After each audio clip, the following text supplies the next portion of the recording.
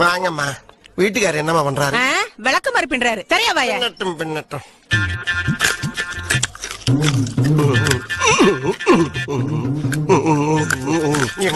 கடுசா இருக்கு.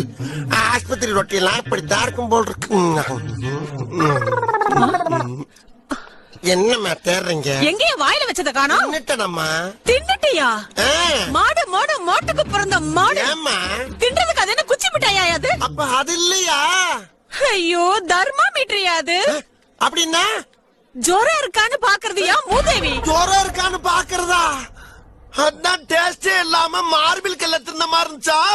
ஏமா முழுங்கிட்டனம்மா. ஏன் எங்க உயிரை வாங்குறீங்க?